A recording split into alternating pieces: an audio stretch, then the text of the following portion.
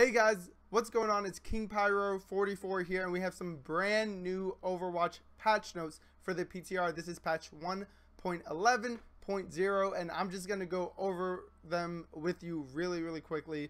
We have some new hero changes, some general changes to the games and the game browser, and some hot fixes. We probably won't go too far into the hot fixes, but definitely the hero changes we will be touching on. So to start off, we can see that the custom games and the game browser have some changes being implemented to them.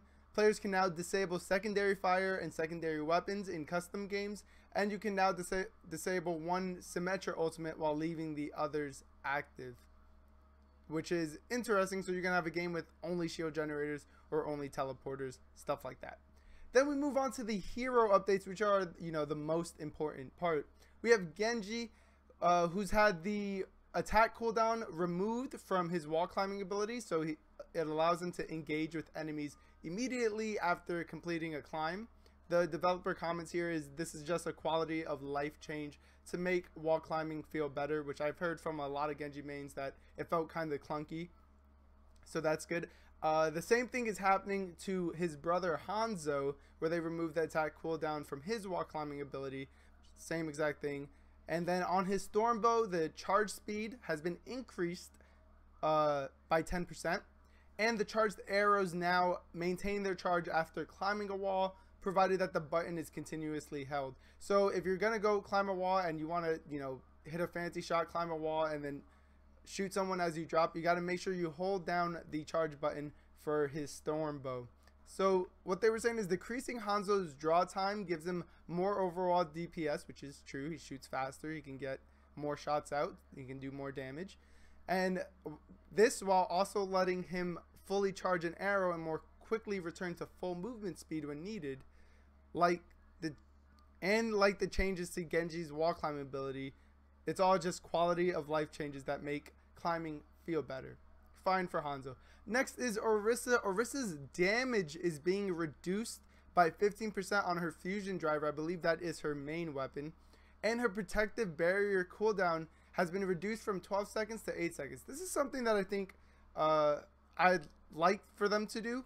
She does put out a lot of damage, so them reducing her damage is nice. It's not a huge amount, it's just 15%. But the thing I like a lot is the protective barrier, because Orisa has been having some problems with people just like blowing through her barrier, and her not having it up is just bad. So bad for her team, especially if she's the only tank, even though she should never be the only tank.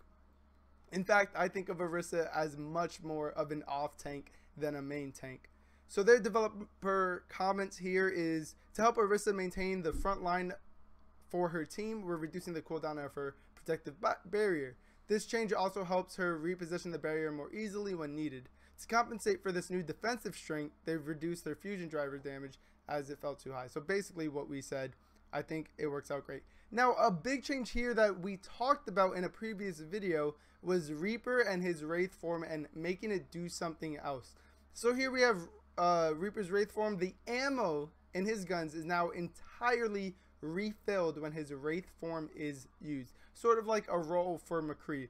So what they're saying is Wraith form is typically used as an escape ability after firing. This change gives Reaper a fighting chance if an enemy chases him down as he uses it. Very true. Usually you run out of bullets, then you go to Wraith to get away. When you come out of Wraith, you're pretty much dead because you have to reload anyways. So I really like that change. We'll see how it works on the PTR, and hopefully it gives Reaper another dimension to his play. For Reinhardt, his Earth Shatter has been nerfed height-wise. So the effective height has been lowered from 3 meters to 2 meters, which is, something that I think we've all asked for, because it just looks super weird when you're flying as far above the ground and then you get Earth Shattered and it knocks you out of the ground. I don't know what that's about. I think it should have been this way always. 2 meters is not a lot. If you're that close to the ground, I think it makes sense. Also, the height threshold of objects that Earth Shatter can climb has been lowered from 3 meters to 2 meters, making Earth Shatter less likely to climb tall objects as it crawls along the ground. I couldn't speak there for a second. basically what they're saying here is that if you're on top of the payload, I'm thinking 3 meters. I think if you're on top of the payload, it will still knock you down, but if you're any higher than that, it's not going to knock you down. So that's really, really good. Developer comments here is that Earth Shatter tended to climb unexpectedly high, frequently hitting targets that were significantly above the ground. These changes help the ability stay more grounded, which it should because it's Earth Shatter, not like Wind Shatter or whatever. Next is Soldier 76 and his heavy pulse rifle, which is his main weapon. The bullet damage has been decreased from 20 to 19. Now this may not seem like a big nerf, you know, it's only 1 damage, but it adds up as every bullet hits consecutively. So it's basically taken away around a whole extra bullet from the damage that he's doing when hitting you, right? What's his clips, like 25 ammo, I think? So you're losing 25 damage from that full clip. Their comments there is that Soldier 76 is in a much better place lately. This is true. He's been really, really great. But his damage output was making him a must pick compared to similar roles. Yes, exactly what we've all been saying. Why play McCree when you can play Soldier, right? Otherwise, we have some bug fixes that I don't think we need to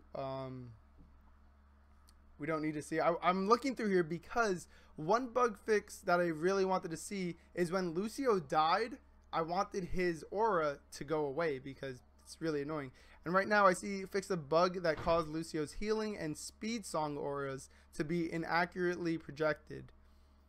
I don't know what that's gonna do, but okay. And then it fixed a bug that prevented Orisa's Fortify from blocking the alternate fire from Lucio's sonic amplifier. That's interesting. That's a good fix. All right, I think that's pretty much it, guys. So let me know what you think. Of course, all of these changes are on the PTR, so you guys can go ahead and check them out over there. But you must remember that they can change. That's what the PTR was made for. So everything that we went over here is going to be tested, and if Blizzard likes what they see, if the community responds well to it, then it'll probably say the same. If things don't work out, they can change it. So make sure to take all this information with a grain of salt. That's pretty much going to be it, guys.